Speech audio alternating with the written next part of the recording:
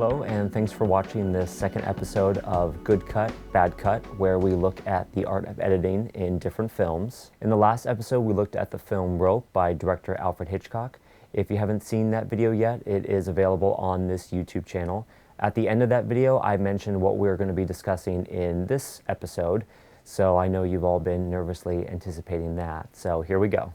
The film is a documentary. It has a long title. It's called Sobibór, October 14th, 1943, 4 p.m. And it was made in 2001 from French director Claude Lanzmann. This version of the film that I have is interesting because it's actually not in its own standalone packaging, but is a special feature on the Criterion Collection's edition of the longer film by Claude Lanzmann called Shoah.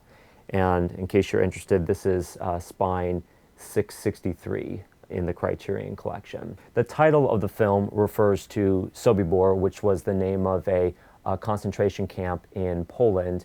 And then the rest of the title, October 14th, 1943, 4 p.m., is the date and specifically the time that an uprising amongst the captives there at the camp took place and their eventual escape. Sobibór had two editors, Chantal Hymans and Sabine Mamau. My apologies if I mispronounce either of their names, but it doesn't appear that either of them had worked on the original film Shoah. And in looking over their respective careers, I believe Sobibór is the first film that I've seen of both of theirs where they were involved in the editing process. The origins of the film Sobibór are also interesting. Back in the late 70s when Claude Lanzmann was gathering footage for Shoah, he interviewed a gentleman that was part of that concentration camp's uprising.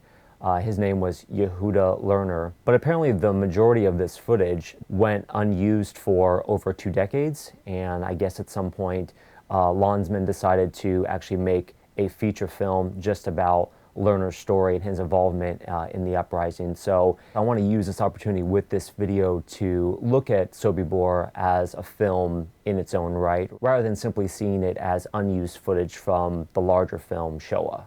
One aspect of the film that I'd like to give an honorable mention to in terms of its editing technique is just the overall structure that it uses in telling its story. In so many documentaries, whenever you have someone on camera giving their testimonial, the person that's asking the questions is invisible. You're not really aware of their presence. But in Sobibór, what you have is Yehuda Lerner on camera giving his account of the uprising, as well as Claude Lanzmann himself behind the camera and his translator. The subtitles actually, in most instances in this film, appear as the translator is recounting what Lerner said to Lanzmann.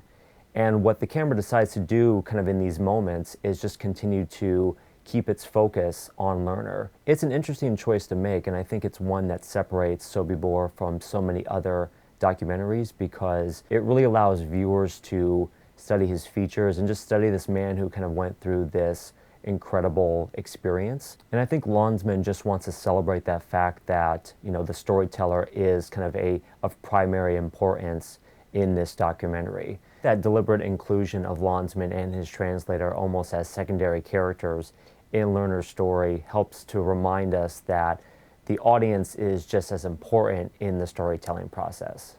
So I'd have to say that my favorite editing choice in the film has to do with a shot of a flock of geese. Amidst like all these loud squawks from, you know, the several dozen geese that you see on screen, competing with that sound is the sound of Lerner's own voice.